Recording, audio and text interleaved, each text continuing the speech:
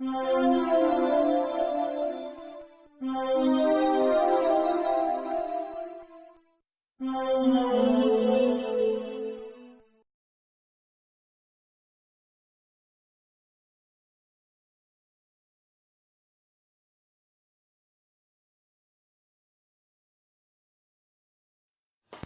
child's birthday party was a success. Happy kids, fun activities, no conflicts or crying, and you've finished cleaning up. All that remains are good memories and the photos to prove it. Once you have reviewed and removed the inferior and redundant shots, it's time to share them with family and friends who were and weren't there. But how to accomplish this? Choose from one or two. 1. Post them to your preferred social media service. Or 2. Print multiple copies and post them around public places frequented by your friends and family. What was that? You would never consider option 2 because the photos were meant only for trusted family and friends and not anonymous strangers? Well, options 1 and 2 are virtually the same. If you post them to a social media account, each photo or album will typically require specific settings to obtain some degree of privacy. Many social media services were designed for exchanges with multiple users. The birthday party photos are likely intended for a small number of trusted family members and friends who weren't there. The path to preserving their privacy is to do no more than the specific objective.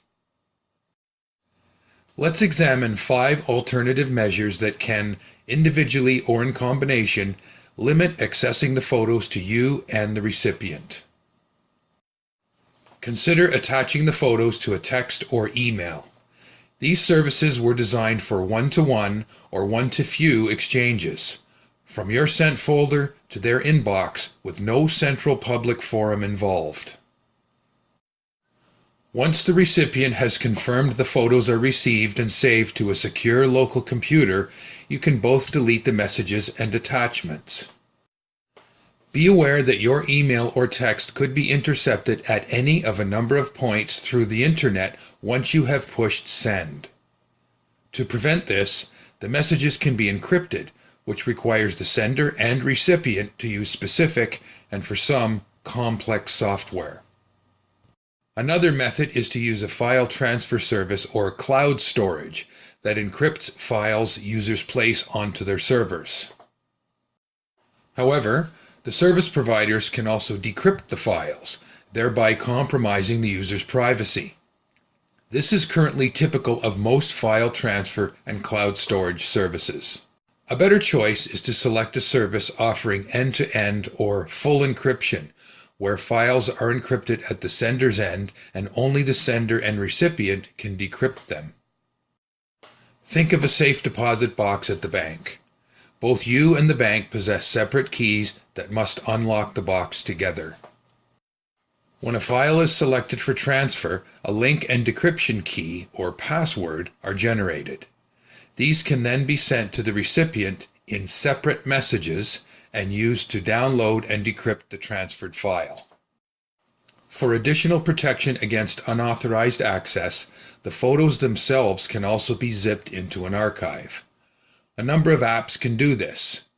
AndroZip, 7-Zip, and WinRAR, among others, available in free, ad-paid, and fully paid versions. Whichever one is used, ensure that when creating the archive, you both password protect and encrypt it.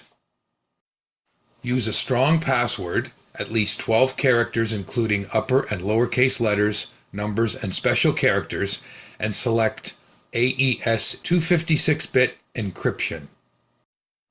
Communicate the archive password to your recipient in a means other than within the email or text containing the attached archive.